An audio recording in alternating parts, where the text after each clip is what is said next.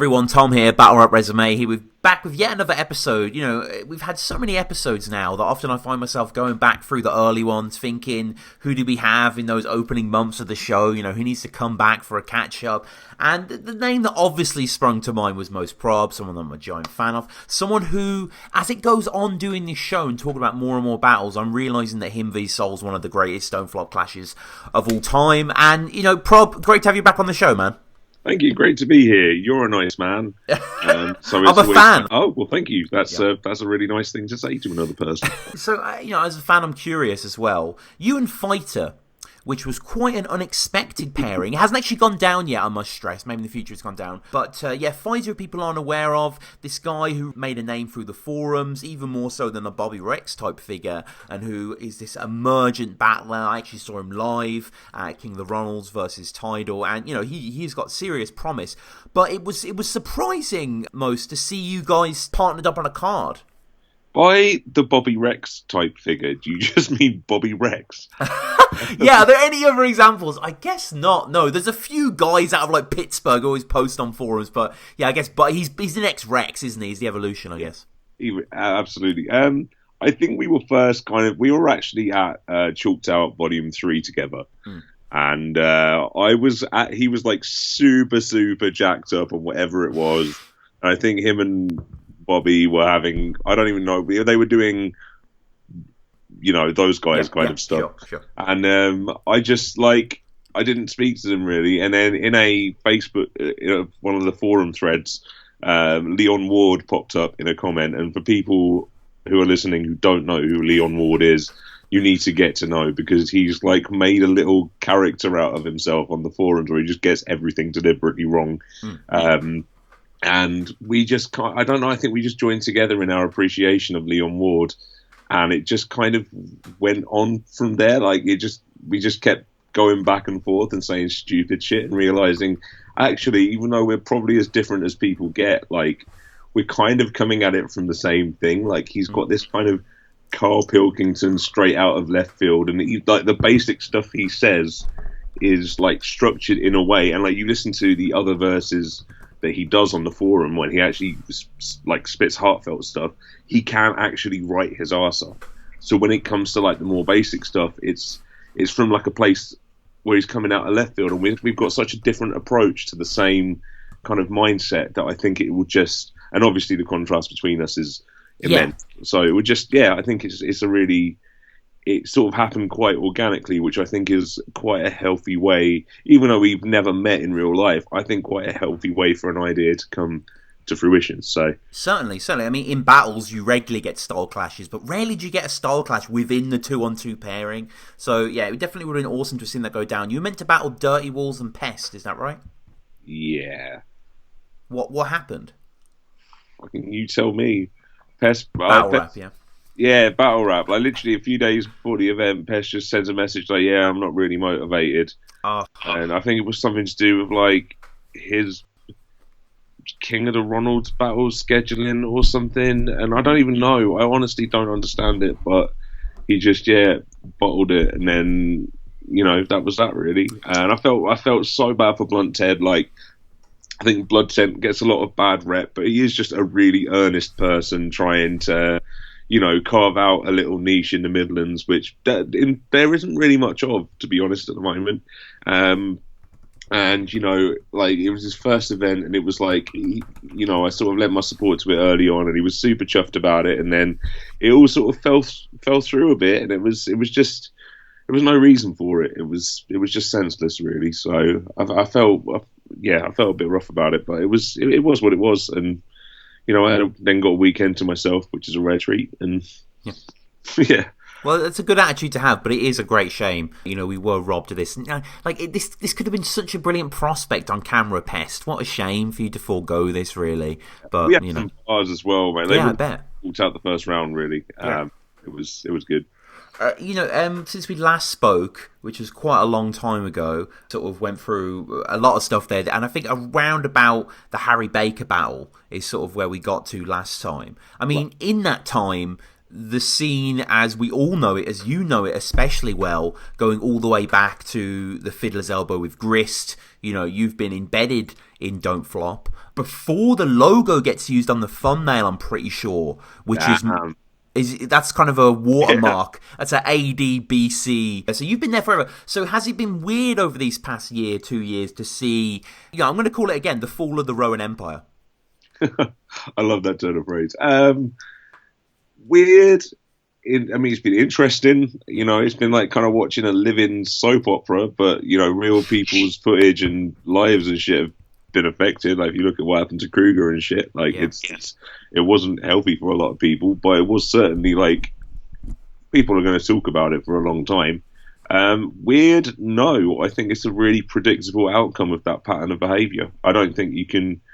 It's, you know, one person, two people have a gripe, whatever. Like, you can either quash that beef, or you can let it simmer, or you can play it for drama or whatever. But that many people, like, it's nothing else is going to come out of that. And I think there's so many good driven people with like initiative in the scene, and who really like take ownership of their shit and like to drive projects forward. And it was just a matter of time before really good leagues started coming up, that the old camera staff would like share their talents amongst the new leagues, and the scene's in a really healthy place. I've been hoping for something like this, and it's been simmering away for years, and I think this is finally the year where there's finally like a richness of really exciting cards, and you know, King of the Ronalds were really good at kind of covering that absence of you know, content. But, you know, and I got great respect for Holt, great respect for Bowski and doing his thing and all. But it's like there was like a gloss that was missing from the Don't Flop era. Like, King of the Ronalds battles have their own charm, but it's in that like chaotic kind of grassroots feel, whereas like there wasn't like a polished kind of platform for international battlers to kind of step on and just step into seamlessly. And I think that a lot of those exist now. And I think that's really, really healthy. And again, I know King of the Ronalds think I like taking pops at them, but it's just, you know, and their footage has stepped up a lot recently with like the Bobby and Bilzar battle. Oh, yeah. And there's another offshoot of that coming soon called Go Big TV, which is kind of just an on-beat league, which is with no audience. It's just the rappers going at it, no interruptions. And I think that will be a really, really good format as well.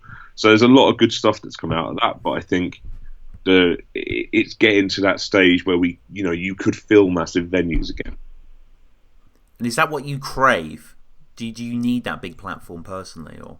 No, I'm very aware of my own position in the scene, and I know I'm not an immediate draw for like huge views and like, you know, even Bobby Rex level views these days. Like, sure.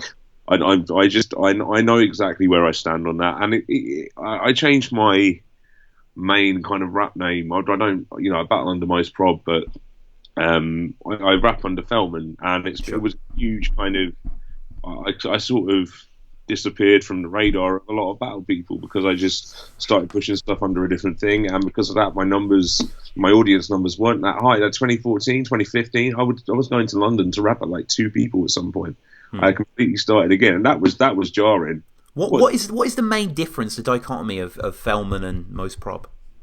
I think I had to separate, like, for me, battling took such a deep root in my life. Between like 2011 and 2014, like, you know, I went right away from like really interested outsider to like Don't Flop staff, and then right away back out again. So I sort of invested like you were in the intro graphic. Remember when they had all the staff members like the Power Rangers? You were there, but looking off to the right. Yeah. You know what I mean? It was like the fucking Other Horizons. Cartnage not wearing a shoe. I went dead kind of thing. But like it was such a huge part of my life, and it became so sour and so all encompassing, and turned so quickly for me that like I had to compartmentalize it. And like, I'm no stranger to changing my name. I've had a lot of shit names over the years, and I honestly Judacris isn't one of the shit ones. Okay. Sure.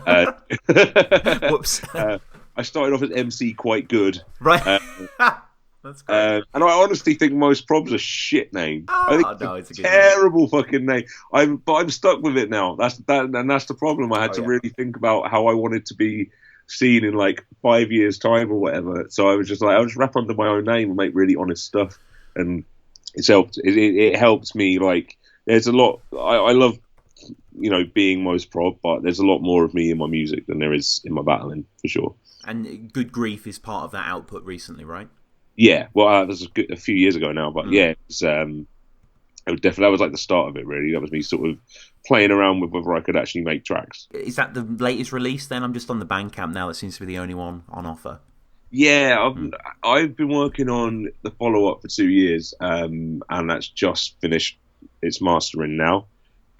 So that will be out around September time, and the EP took a long time. Just I had to learn how to produce myself, but everything about the new album is just a complete upgrade. Like, I've actually got songs that people could like dance to, and there's like funny songs on there and like sad songs on there, and there's a whole spectrum of stuff on there that I just didn't give myself space or time to explore on the last one. So yeah, I'm super proud of it, and I'm going to be producing a lot more stuff. Like, I am moving towards battling being there to support the music rather than being the whole focus, because it's about the footage is forever, but the content of a battle you can never use again.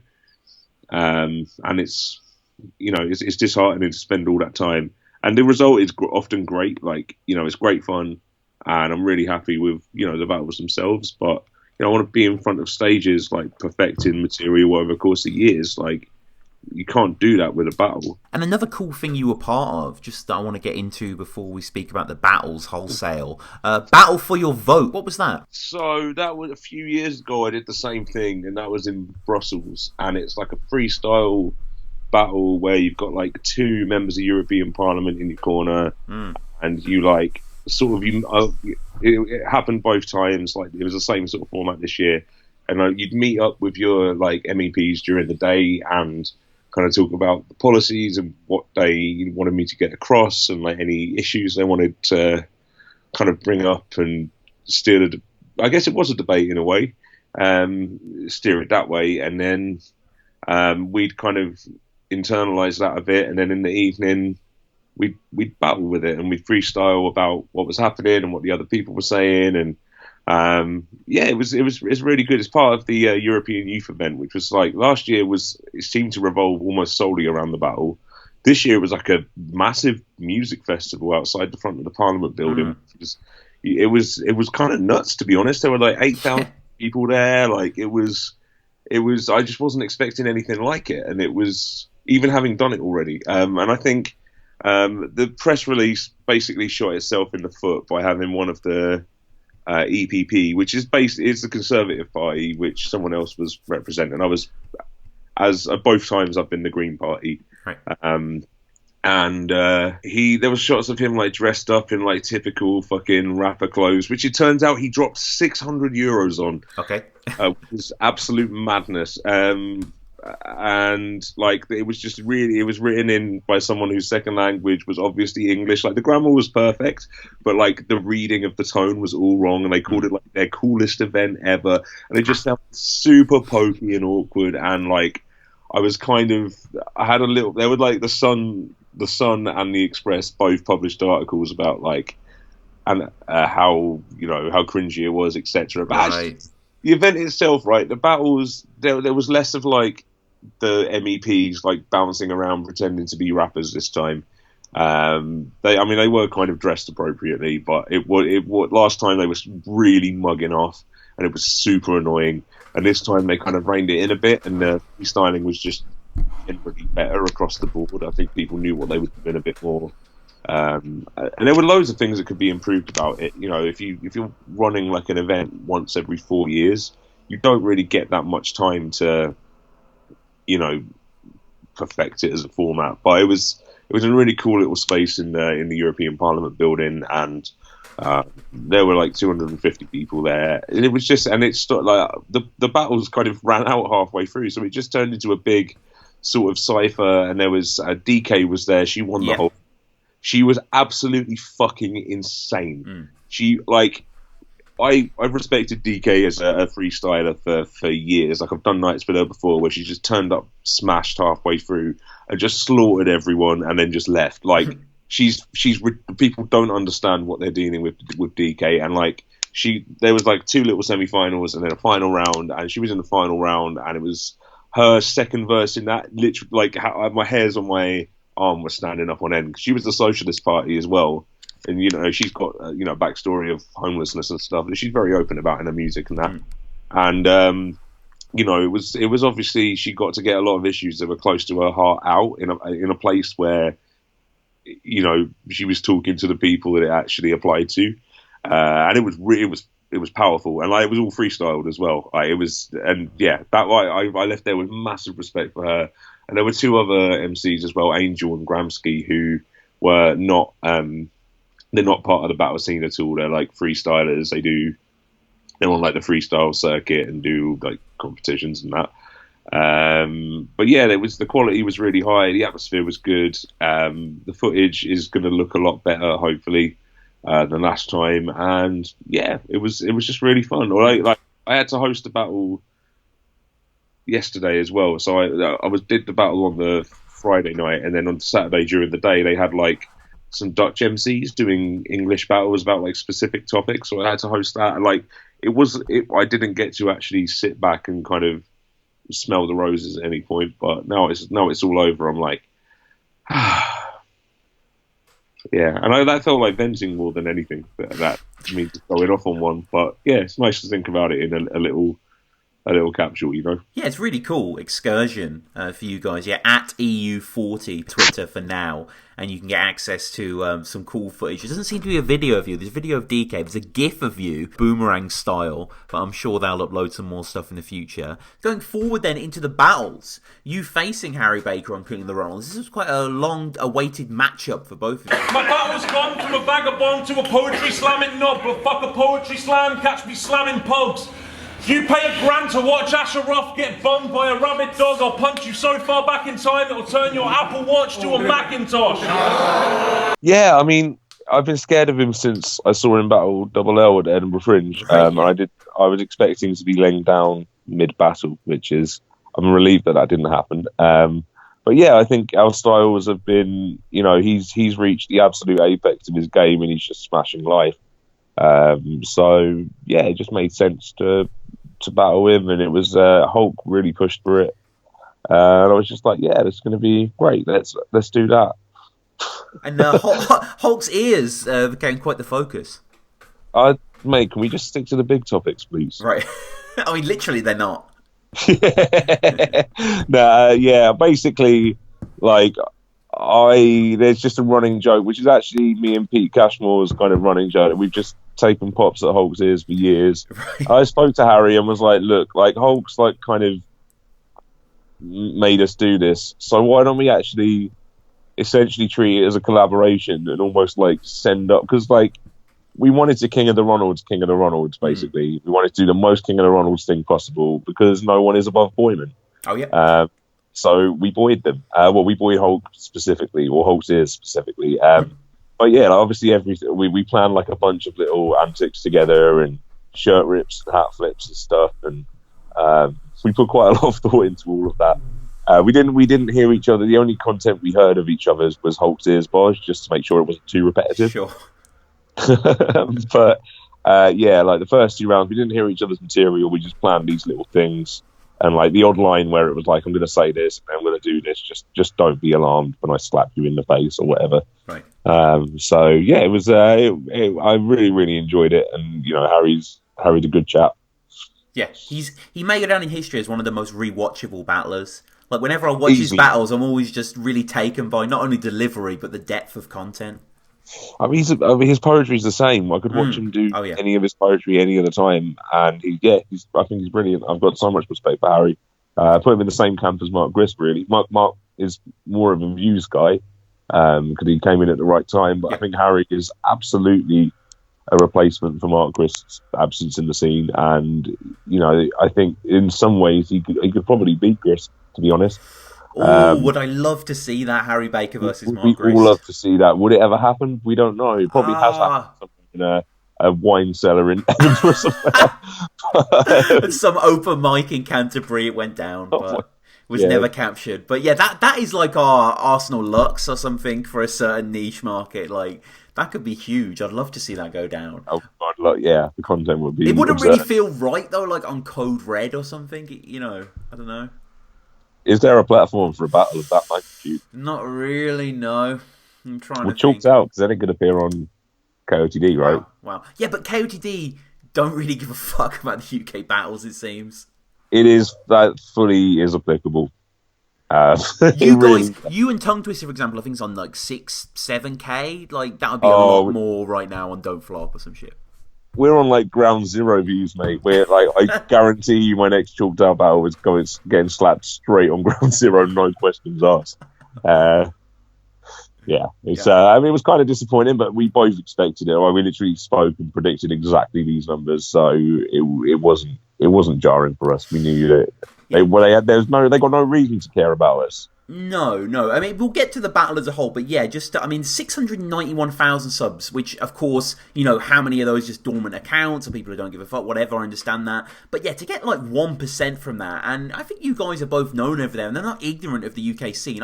It's just sort of apathy, I think, associated with the brand. Yeah, I mean, I don't know if you've got a whole bucket of salt left to rub in these wounds, but,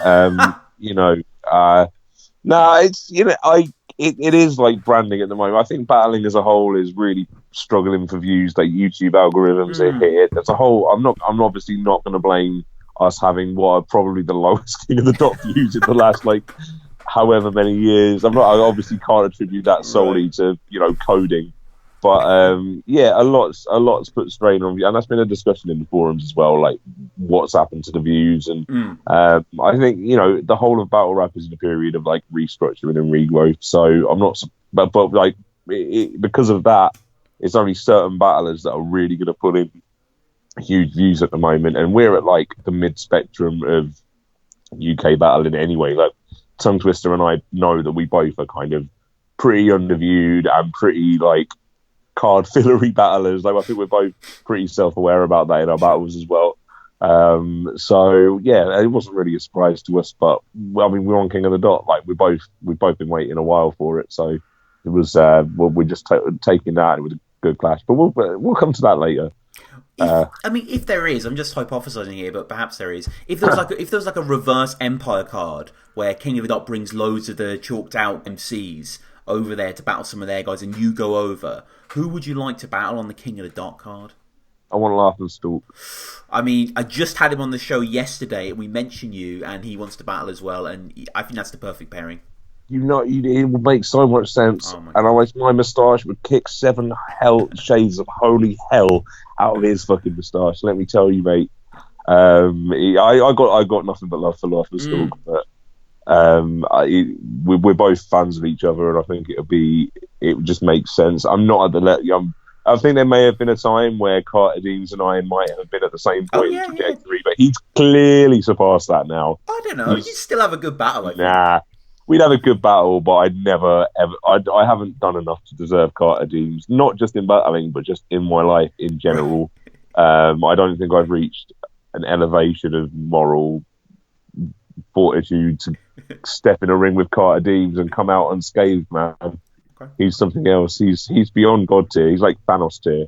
Yeah, he is. But I mean, LNS as well, Laughhoffer, is a gift to battle rap, such a unique persona, so witty, and yeah, I would love to see you guys face it off. Let's talk about Pedro. I didn't watch any Pedro clashes because it's stressful and hassle, but I still needed to get inside his head for an angle, so I beat 3 cats to death with a toaster to prep for this battle.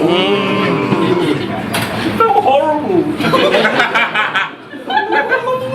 What did you do? What did you make me do? Pedro's childhood was a spellbinding story. It breathes like a wildly gory Finding Dory. This was King of the Ronalds Christmas event. The snow is continually on the camera, and no, I'm not speaking about the way you think I'm speaking if it's a King of the Ronalds. Literally, there are snowflakes going across the camera continually, like some 90s Windows 98 screen set. Like, it's garish as fuck. Does it bother you? Yes. I mean, did they ask? No, it dropped on Christmas Day. I had no notion that there were going to be snowflakes all over it. Right. It makes it almost unwatchable. It does. It's like 2,500 views for me and Pedro says absolutely that. We got more views for like a random fuck about in, the park on the demo battles. You know what I mean? Mm-hmm. It was, I think, and this is part of what I was saying earlier, right? If that had happened on Code Red, for example, or Chalked Out, it would have been, multiple angles. It would have been at least like clear what was going on, but it was just it's just what King of the Ronalds do, isn't it? Like, it's that,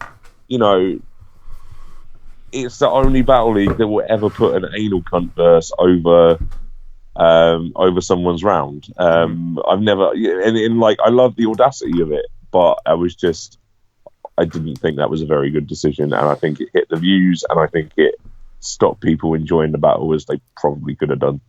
Yeah, you're right. It is distracting. The Good Grief EP, I should say, is played at the start of proceedings. There's a quote from undergroundhiphop.com as well, which, I've seen a lot of mixtapes advertised in a lot of battles, and you never see a quote from a review. So that was definitely...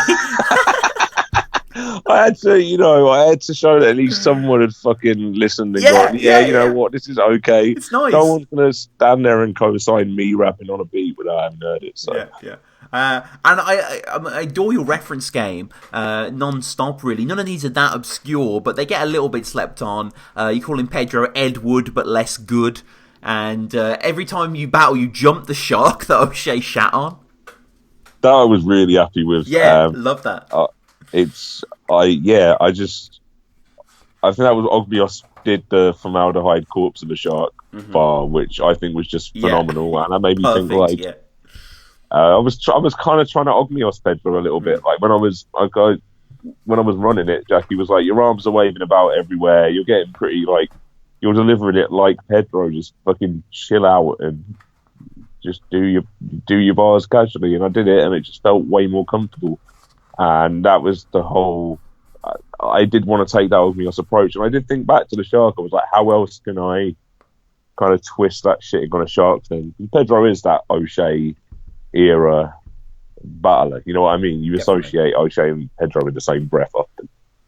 And you have this sort of crisis at the end of your first, which I'm sure most people go through, rehearsing, prepping for Pedro. The idea that you've put in so much graft and he's going to spew irrelevance and still take it 3-0 and get the next title match. And I'm guessing this is, from life, this idea. I mean, I battled him 3 times. Yeah. And you can't compete with that level of just high functioning absurdity that he seems to operate at, and it is hit and miss. Like, there are battles where it doesn't always land, but when Pedro lands, it's absolutely mental, obviously. But I was thinking about that, and like, how do I overcome that? Like, how do you get around that when you're writing for someone? Because there's very few people. I think Magic Mike may end up being one of those battlers as well, where it's just such a Carl Pilkington approach that you just cannot puncture it at all. So I just thought I'll fucking address it. I don't point saying he's probably going to win, spewing some bullshit, because I'm getting annoyed. I was getting annoyed writing it. Yeah. I think Mickey jokingly did actually give it to him in the end. He did. Yeah, he makes a point of that. And Pedro, as we always say, is quite a mercurial battler. He's very hard to predict. Often his highs are outside of King of the Ronalds, and here he takes the piss somewhat. Look at earlier examples of Max Sherry or Bard Paul. Yeah. It's kind of ominous, really, because his first 2 rounds are fine, but quite empty, not really saying too much, sort of playing into your hands. And in the third, he, crosses a line. He grabs your glasses and chucks them across the room. Well, I was pissed. I was visibly pissed in the footage. I'm not, I actually said to Hulk, like, I'm not here to be mugged off. I've been doing this almost as long as Pedro, and like we've got a lot of respect for each other. But like, I know what this environment brings out in Pedro, and like, I'm not gonna, get slapped in the fucking face for this. Like, we've battled twice already, and like, I want to put on a piece of entertainment where it's just his words versus mine, and like, he I'm gonna give the complete background here. Like, he spoke to me afterwards, like, really upset, like, genuinely upset, personal stuff upset. I didn't cry. It's none of my business what was going on, but he was like, I've had the most hellish week. I haven't prepared anything. I was getting killed, and I just I lost my shit, and he was really apologetic and stuff. And I gave him the benefit of the doubt, but at the time I was visibly annoyed. Like, the glasses are not cheap and they are not unnecessary. And watching them fly across the room, they were actually unscathed, which was a miracle. But they would have cost, a fair bit to replace. And I looked at Holt like, I said no, no fuckery. Like, there's no point in this. It doesn't add to the battle. It doesn't, it might get a few more views or whatever, but I just want you to talk to Pedro as a mate and say, look, don't do this. And I think Pedro just got so in the moment and heated that, he lashed out. And yeah, I understand where it came from. I don't think it was acceptable. But my glasses are fine, and it's in the past, and I won the battle. So yeah, exactly. That's best way to approach it. And it's a shame that it happens. The problem is he does it, and then he raps for like another 2 minutes, and it's like no one to close. It sucked all the air out of the room. Yeah. Like, that's the thing, right? If you're gonna go for like a sort of almost Matt Hoffa bully tactic, like, you've got to back it up with some really hard stuff. And again, because of the circumstances, he just freewheeled it, and it didn't quite add up. And I think I don't know if I made the atmosphere a bit awkward by, like, getting a bit mouthy during his verse, but also, like, I think I'm seen as a pussy, and it's about 90% right. But I'm not going to stand there and just have my, what is essentially necessary for me to get through my working week lobbed at a wall. That's just not something I'm going to watch happen. So I do have limits. I'm not going to obviously smack him on camera, because it's just not the way to resolve that issue. But, he didn't hit me. If he'd hit me, it would have been a different matter. But it was uncalled for, I think. And certainly. And he gets absolutely minimal applause in the final rankings, and you obviously bring the house down. And the material is excellent that you got off as well, and very pertinent. And Mickey does try to announce Pedro as the winner, but ultimately you get picked there. And moving forward, then in this sort of Don't Flop absence, you were still battling regularly. You were still sort of spreading your wings. The Calcium Kid battle, yet another battle that everyone was looking for. And I'll always say this about the Dub Scandal guys: they come up with great ideas for matchups. Yeah, I'm a fucking sicko, right?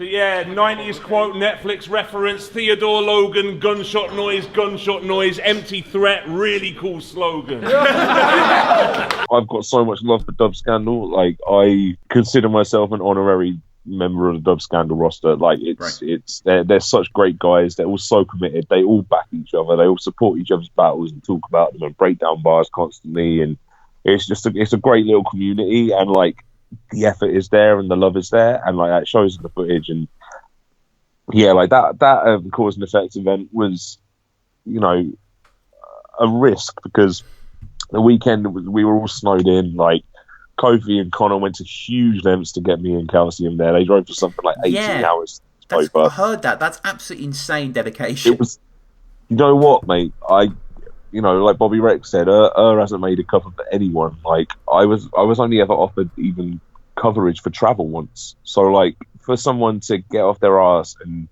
drive down from Middlesbrough to Birkenhead to Brighton back to Middlesbrough in one day is like, that was so good to see. Like, that was, I consider Connor and Kofi my friends now because of that car journey. They're such decent guys.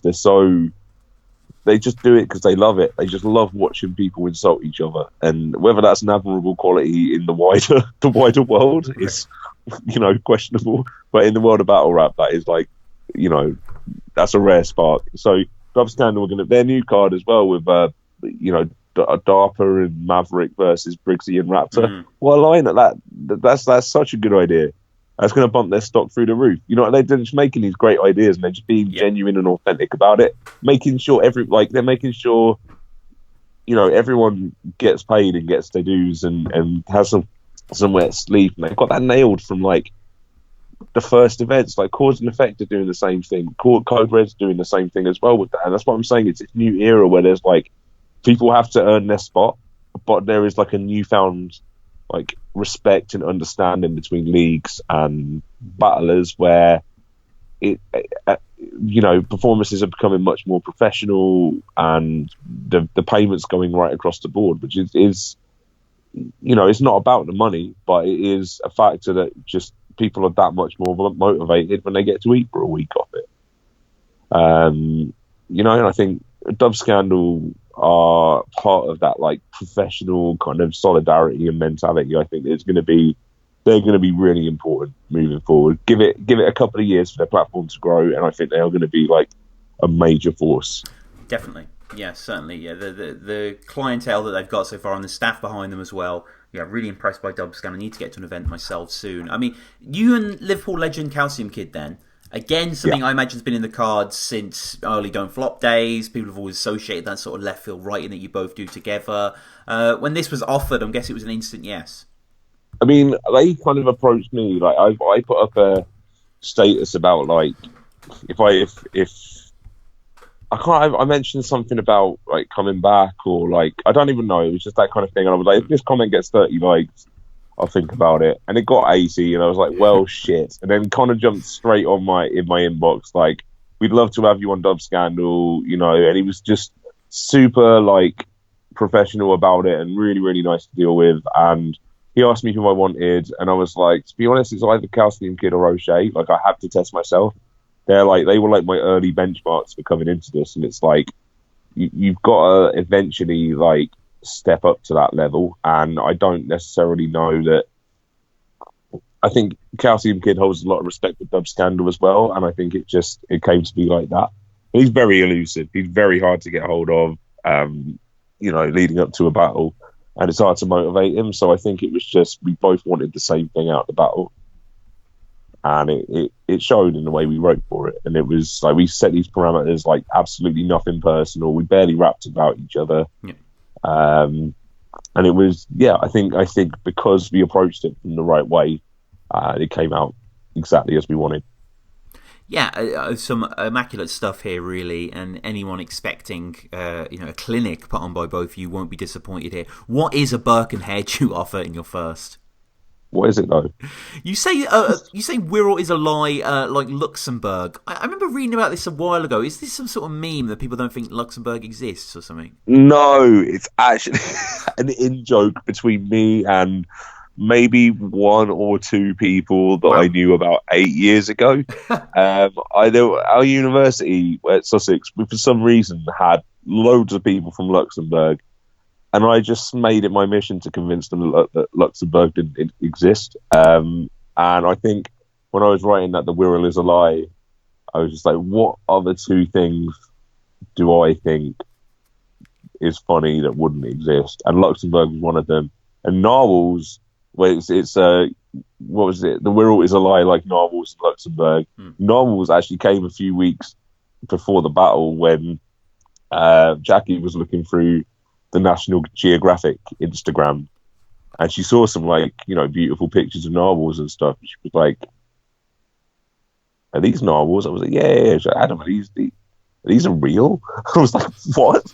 And basically, because they just look so absurd, like she didn't know that narwhals were real, and like even when she questioned it, I was like, "Holy fuck, are they real?" Like it genuinely called my like. Yeah. Did Elf like convince me these were real? And yeah, like it was just one of those moments where it was like, fuck, they'll be really funny to claim that they don't exist. So yeah, life imitating art, imitating narwhals, I guess. Yeah. And Calcium again is just pulling off these non sequiturs with ease. Animal with the hands like Sooty and Sweep. I got a commemorative mug made of that. Yeah. I'm not kidding. I have a commemorative mug of from like Redbubble. Did you just print that up or something? No, Jackie had some vouchers for some pottery painting place for Christmas, so I just went and fucking made it. I think you popularised this idea of battle rap being populated by Connors and Callums.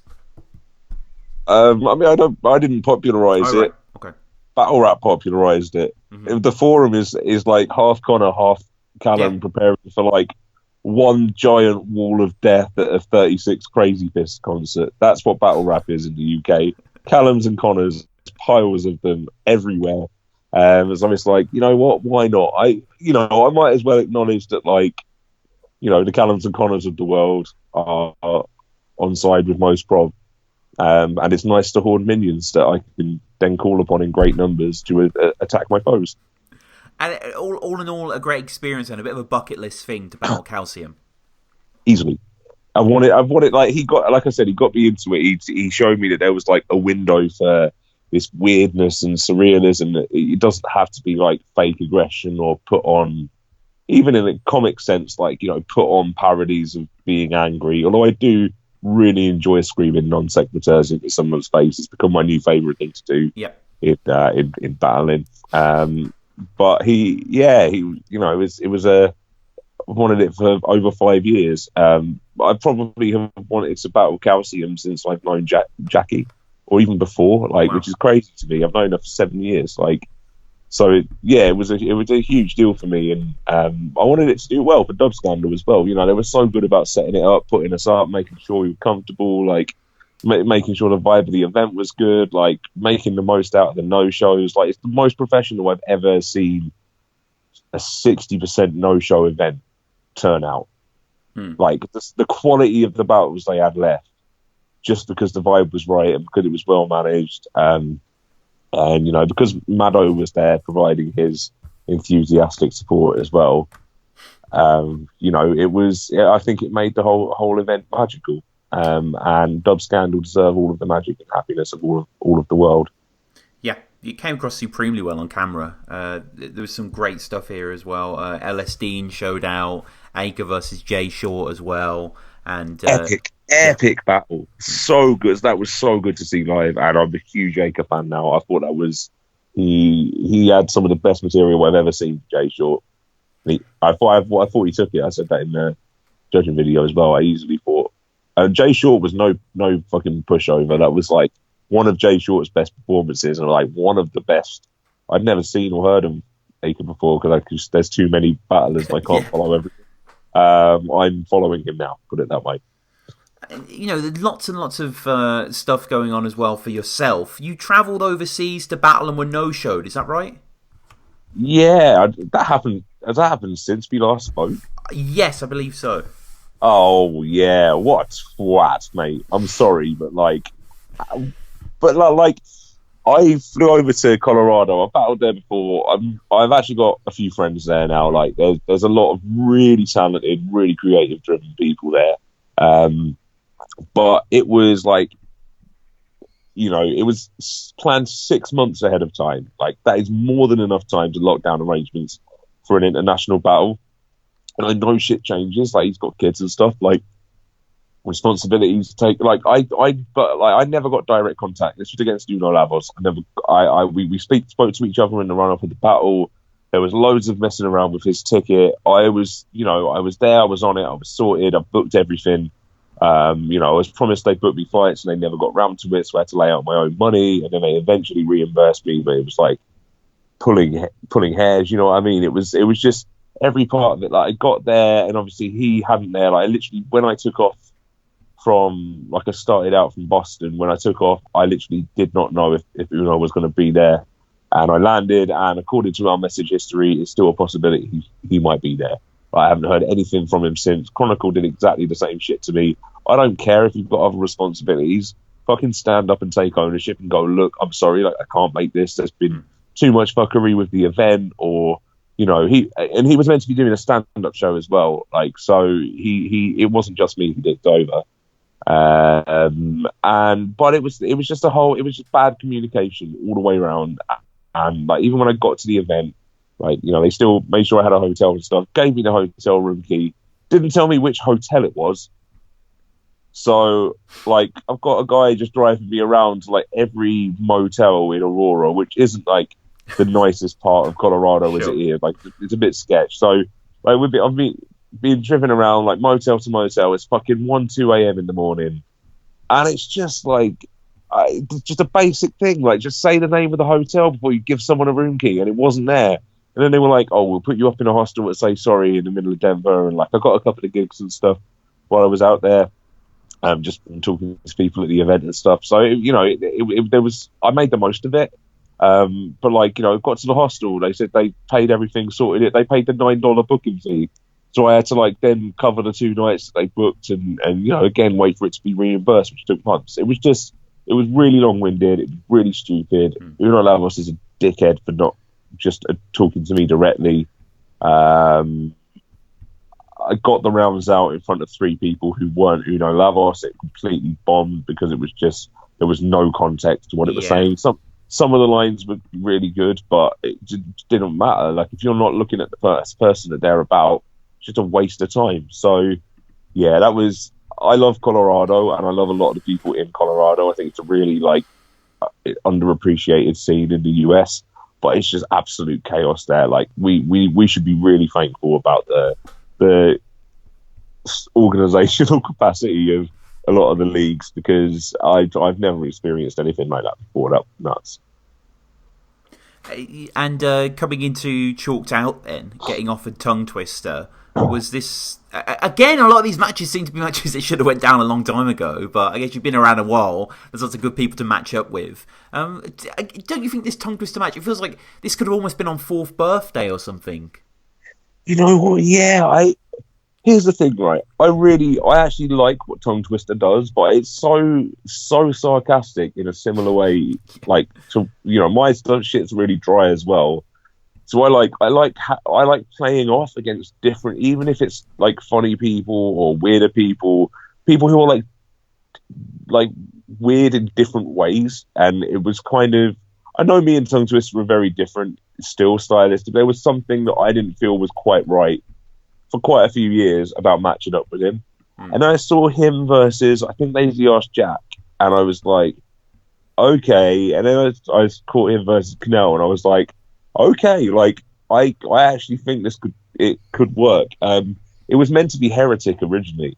Right. It was meant to be Heretic on beat over our own beats, which, you know, we would have made beats especially for the event and stuff. So if Heretic's ever still on that, I absolutely am, because that was you know, beat making is one of my main things. I really respect. Heretic's EP is one of my favourite records of, I think it was this year. I can't remember when it was out. It was this year, yeah. It's unbelievable. It's absolutely unbelievable. I'd love to battle someone with that capacity on a beat to still explore themes and stuff. But you know, he had to drop out for personal reasons, which again, you know, Uno Lavos dropped out on the day, no explanation, still no explanation. Fuck him. Heretic, 2 months ahead of time, really polite, really apologetic. You know, I completely respect that. That's absolutely how it's done. I think a Tongue Twister either stepped up on a status or Stuart Moss came forward with him. And yeah, I was, you know, I'm not going to lie, I was less excited about Tongue Twister than I was Heretic. I thought that was a really cool concept for a battle. Yeah. You know, it would have been a lot, you know, really helpful in pushing the music side of things as well. But I thought about it and I was like, well, actually, this could be really fun. And I would actually look forward to hearing what he says about me, which is always my, like, barometer of how much I want to do a battle. Like, how much would I want to hear him do, like, a stand-up set about me? You know what I mean? So I was for it, and it turned out really good. It turned out a really, really good back and forth, which I was hoping. Because against black performers, you always comment on shading of faces and saying, well, appropriate black music so it's not racist. It's becoming battle raps. Well, I did do my homework, but the dog ate it. I bet you've used the lyrical miracle without any sense of being ironic or self-analytical. Now, the difference between our start dates in an actual league is a matter of weeks, but the time we've been back on the scene does a matter of peep. If I was having a debatable battle with Soul the day you were having a debatable battle with Bleak, Yeah, it was a really funny battle. I was actually there in the room, and I think it was one of the highlights of the day, actually, for a lot of people. And watching this back this morning, I definitely concur. I think you were both really funny with each other. There was just a level of experience that showed through here. And how was Concrete for you? Was this your first time in there? No, I battled DPF in there. DPF, that's right, yeah, with the one camera angle. Yeah, watching Bagnall carefully waste his time. Yeah. I mean, that battle was now, RIP DF Extra, But, crazy. That battle got Infinity Gauntleted hard. But, that was my first battle in Concrete, and that was in the pit. So it was, the atmosphere of doing a Concrete event in the pit is like almost nothing else. It was weird. Like, I had goosebumps battling DPF because it was just I don't know what it was about that one venue, but it was just super like energized me. But like with Tongue Twister was on the stage, and I was able to be a bit more like measured. It was a lot like a calmer experience from the stage. But yeah, I love Concrete, man. The drinks are absurd. Yeah, fuck those drinks prices in the eye. Unbelievable. Awful. Everything else was good. All the events, the quality was really high of like battles and stuff. Obviously, Tony D versus Soul was crazy to catch live, and yeah, that was a really strong day for hip hop. And I think that was when I really saw what we were dealing with the new leagues as well. Like, some of the chalked out stuff, like running around offering out bottles of water. Like, what? H2O. Yeah, you're right. Motherfuckers. Just little gestures. Yeah. Yeah, so it was really good, and like Dialect and Tory, they were there with their pillows. Right. That was really nice. It was nice seeing Dialect in real life. Until I insulted his penis in front of everyone. Yeah. Didn't like that much, I can tell you. And yeah, good times had by all. Yeah, you call Tongue Twister the Basildon of people, which I quite liked. I worked in Basildon for a year and a half. I know what I'm talking about, mate. he absolutely smells of Basildon, mate. At Festival Leisure Park. Twistable Leisure Park, more like. There's a lot of folks on his age as well, obviously. Sweet High Top faded to obscurity. I like your idea of him having the kind of swag of like a laser camp announcer. That was pretty funny. The actual image was something Jackie blurted out when we were watching him versus Bleak. And she was like, that hat is so fucking stupid. Yeah. He looks like a Laser Zone employee. I was like, whoa, he like acts like that as well. Like, he just is one. Oh my God. Like, I've been Laser Zone quite recently on like a work sort of night out, and I was just like, we had a very Tongue Twister-esque guide because they just all are. It's ridiculous. I like, as soon as I was on, I was like, fuck, that is so good. That's so appropriate. I want at least one image in every battle that is just unshakable for people, like that sort of shapes how people see them in future battles. And I'm surprised we're still getting these in 2018, or maybe I shouldn't be. A proposal at the end towards you. Really? Like, yeah. You know what? I have no, like, Jackie has no issue with people mentioning her. I have no issue with it. Like, I'm offended there, because it's like she's shown she can stand up for herself. Sure. She never actually lost a battle. So it was, and the whole like your wife is shit angle. She's not a rapper, mate. She's an actress and a puppeteer and shit. She hasn't rapped in like 4 years. She literally did it for fun to show Toucan. And then wanted to battle on Don't Flop. So she was like, yeah, why not? And then, we did the 2-on-2, and that was basically it. Like, of course she's a shit rapper. She doesn't do it. She's not a rapper. Like, so there's quite a lot of obvious angles keep coming back. And it's not, I'm not even offended by them. They're just boring. Like, even if you're going to come at Jackie, do it in an interesting way. That I'm going to rephrase that a little bit. But, just mentioning girlfriends, wives, it's battle rap, whatever. Don't battle if you don't want your girlfriend or wife to be brought up. Sure. Certainly don't propose to her if you don't want your girlfriend or wife to be brought up. Yeah. But, like, just be interesting about it. No offense to Twister at all. I was laughing a lot. The Enigma, you had to get through 20 minutes of Enigma's rape joke verse. Brilliant, absolutely brilliant, because that was so on point. Jackie and I have had that conversation, like, we could never show our kids the full battle. but we don't have kids. But like in the future, when they're saying, "Hey, mum and dad, how was your Don't Flop career?" and what happened to David Masters, we can be like, "Well, this video, but this looks like the end of something." Nope, that was the whole battle. Go to bed. Yeah, it's going to be weird, isn't it? Because, like you say, this whole generation of battlers who are going to have, antecedents who are going to see this sort of stuff. So, yeah, that's what we've got looking forward to. But that pretty much wraps up all the battles. Musically, what's going on for you? I know you're playing a lot of gigs of late. So is that building towards a release soon? Yes. So I've got an album called Tidings dropping. I mentioned a bit earlier in September. I sort of partnered up. It's weird, right? I don't feel comfortable saying I'm in the band because they were like a jazz band sort of first. They run like an open mic jazz jam, but they're called Chicken Grease. And like their night, whole thing of their night is like, they're playing, and then like one of them will get bored or tired or just want to switch out, and then like they can switch with members of the audience that are almost like all musicians and stuff. So it becomes this big like sprawling jam, and it's really good, and the quality is really high. And I turned up to do some bars at one point, and it just clicked with the night. So I've sort of latched onto them, and we're doing a separate night called Prime Cuts, which I actually then found out had also become a Welsh battle league. But we spell it differently, and it was there first, as far as I'm aware. So it's like a sort of live band hip hop open mic that is going to be turning at some point into like an SBTV sort of platform as well. So it's a really good initiative, and like Brighton's a really good. It's a goldmine of like freestyle talent that's still really alive in Brighton, and there's a lot of really interesting characters that come through. So we're doing that, and that's sort of I may well be launching the album sort of with their support as well. I don't know yet, but I'm still looking at ways to kind of release it. And then I'm in a different band, which is not even related to hip hop remotely.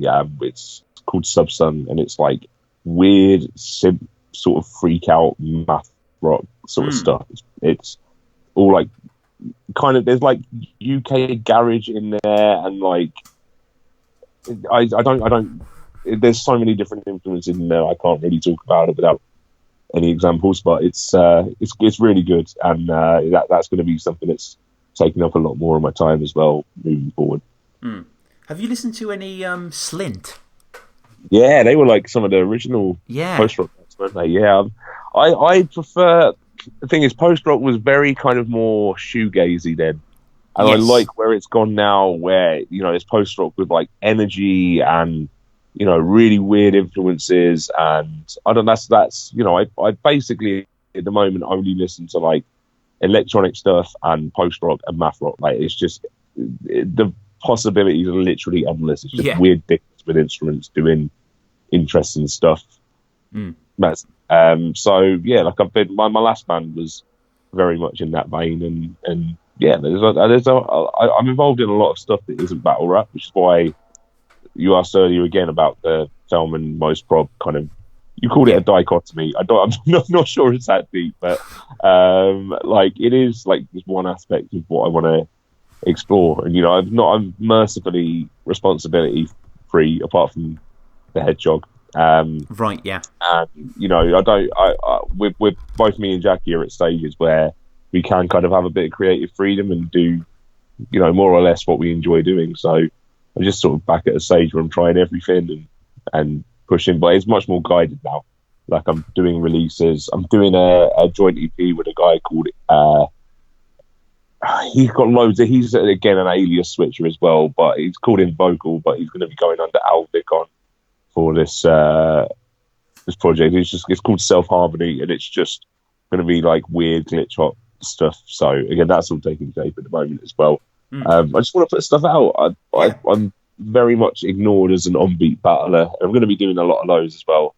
I've been rapping for over half my life now, and I'm getting to the point where I'm like, I'm kind of sick of underplaying myself as a rapper. Like I can actually rap on a beat, and it's weird. I mean, it's not weird. I basically sold myself as a joke for a decade, so I'm not surprised now that people don't necessarily think of me on a beat, and it's come up a lot in battles as well. But you know, it is a side of my life I invest a lot in. I make the beats as well, so you know, I invest a lot of time in it. It'll be good to actually see it make a bit of an impact this year.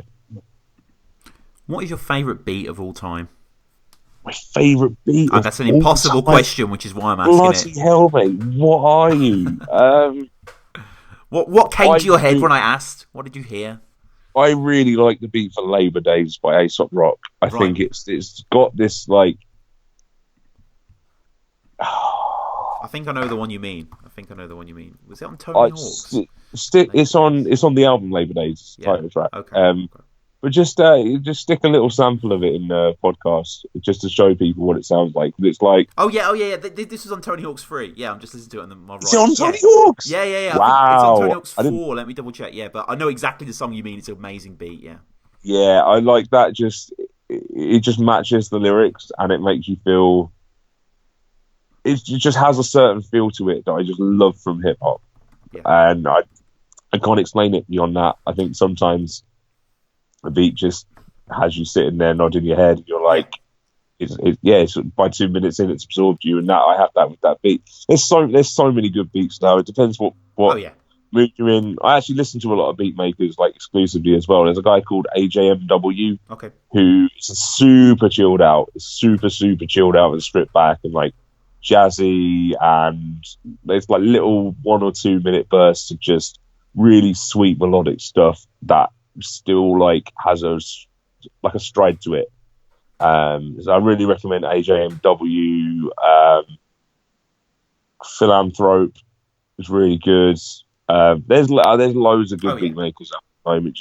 If you stick on any like modern instrumentals or playlist on Spotify or like chill hop stuff, there's so much solid stuff around at the moment. Mechanics is doing amazing stuff as well. He was on the Ocean Wisdom album recently quite heavily. I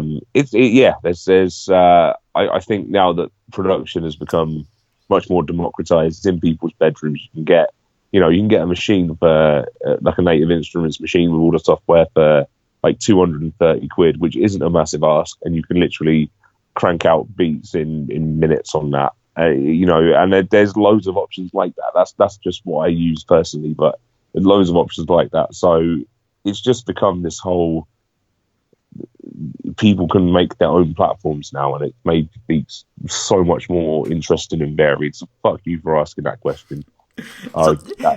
It's on Tony Hawk's Pro Skater 4. I did double check, yeah. So wow, it's ubiquitous. Awesome, as is Ideas on there as well. The song Big Shots, which was like, I discovered that when I was like 9, and I didn't know who the hell he was for years. But yeah, amazing soundtrack, and yeah, great choices as well. I guess finally, how do people get you? Your Twitter, that sort of stuff?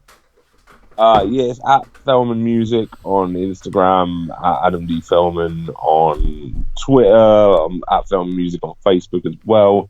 You get the good grief from felman.bandcamp.com, at Chicken Grease Presents, at Philip K. Prick Official. That's the Hedgehog's Instagram for the uninitiated. And at Fuck Lazy Ass Jack. Yes, of course, you're battling Lazy, aren't you? Rapping at Jack 2. Yeah. Yes, I am. I fancied hanging out in a park today. Felt like some lumberjackery. And that's what's going to be happening. Joker Star came to me. It was kind of out of context as well. I don't really know what happened, but I think Lazy Ass Jack's been talking about battling me on a few different platforms and stuff, and I do like him. I really like. It's quite rare nowadays that you have someone that hasn't been battling for ages and ages and ages that is really properly breaking down people, and he does have this like super highbrow literary approach. He is very good. Like you can't deny that. His win record is pretty exemplary, but he's I put up like a weird sort of with a couple of double entendres in there. Like yes, I saw that. Yeah, if he wants to take it down that path, then he can go down that path. That's fine, but he's just going to come across as sweaty and unlikable, isn't he? Really, if he really wants to come and shout at me in a park and I mean, that's his choice, but I'm not taking that approach because I'm there to entertain people. If he can do that entertainingly, then he can be my guest. But I don't think he can get flustered and be able to break me down in a way that's gonna out entertain the one compared to me. I don't think that's gonna happen. So, and I guess you're interested to say what he's gonna see what he's gonna say. I'm interested to say what he's seeing. Jack, you are looking at 30 people in the park. From a vantage point. I think it's going to. I don't get me wrong. I'm not sleeping on him at all. I think, it's compared to rapping in a different country or whatever, which most of my year has been this year. It's pretty small fry, really. Like when you think about the views and stuff. But I'm not thinking about the views and stuff. I want a good battle out of it. I never want a one-sided battle. I don't want to go into a park and or a building and make someone just feel bad without them responding properly. It just doesn't feel right. It's not the point of a rap battle. I know people like seeing a body bag and stuff, but I don't think I'm going to body Jack at all. I do think I'm going to beat him because he's coming to beat me, right? He's coming to. This is 100% his proving ground. Like he's talked about it for a while. He is 100% the one proving himself here, and I want to bring that performance out of it. I think it's going to be really interesting because of that. And I think people are sleeping on how good the battle could possibly be because of that. When he's driven, he's out for blood. So, I hope he's not going to say anything over the line. I don't think he will. I think he will get under my skin. I actually predict that he's going to say stuff that kind of try and go down the Adam the Rapper route. The problem is Adam the Rapper was an actual rapper with acumen way bigger than my own. That is not the case here. That is. I've been making music for 15 years. I've been making listenable music for about 5 years. Right. And yeah, it's a whole other part of the culture that I'm involved in that he just isn't or can't. I've heard verses from him, but I've not heard tracks from him and I've not heard albums from him. If anyone can point me their way, that'd be great, but I haven't been able to find any. So, yeah, I don't know. I think he's going to go for an approach that he isn't necessarily well-rounded enough to back up. But I'd like to see, I am very interested in seeing him try it, and I think it's going to be a great battle regardless. Absolutely. I think it's going to be a fantastic battle. Definitely excited to see you guys go head-to-head. So people should pick up tickets there for Rapping at Jack 2. Follow the show. I don't know if you can. Yeah. No, maybe when this gets released. This will be out in a few weeks. So I don't know where it's going to be. I think I heard it's in Fiddlers. It's in Fiddlers. Oh, is it at Fiddlers? Yeah. Oh, well, that's awesome. That building's not, completely fucking cursed for me in any way. That's not a building in which intelligent people just ruin my bloody life every time I go in there. That would be great. Wicked. Shout out Og. Shout out Grist. Shout out drugs. Are they the only two people you've battled in Fiddlers? Is there anyone else? Yeah. Nope. And they were two of my most high-profile losses. The 2 times I've battled in Fiddlers are probably my 2 highest viewed battles, and the 2 times I've lost most drastically. Maybe apart from Adam the Rapper, but I've repressed that anyway. Well, follow the show at Battle Rap Resume. Check out all of Prob's links down below, all of the music, all the social media as well. Thanks to everyone for listening, and Prob, finally, thanks again, man. Real treat to have you on. Thank you for having me, man. Thank you for validating my narcissism. I do love a good natter about myself, so thank you. Have a good time. Make sure you do follow up Battle Rap Resume. He's doing very nice things for the culture. He's like Chris Mitchell with hair. So you stay supporting the things, and go do like the Sarcasm City stuff as well. And that's right. All of that. Just follow the commentary as well as the culture, because it's people think it's superfluous, but battle rap is all about creating a narrative, and they're a very strong part of like making that concrete. Maybe I'm just validating my own the ghosts of my blog part, but fuck it, you guys are doing good things, so keep saying words. Well, I mean, I'm going to be reinvestigating that past, actually, because I'm going to be doing an episode soon on the Don't Flop blog and just going through interesting articles and stuff like that. So yeah, good luck with that, mate. You don't have access to it anymore. No one does. Is it offline completely now? Shit. This site has been taken over by Anonymous. Oh, okay, right. Okay, I'll see if I can find some sort of archive. But yeah, regardless, Prob, thanks again, man. No problem. And shout out drugs.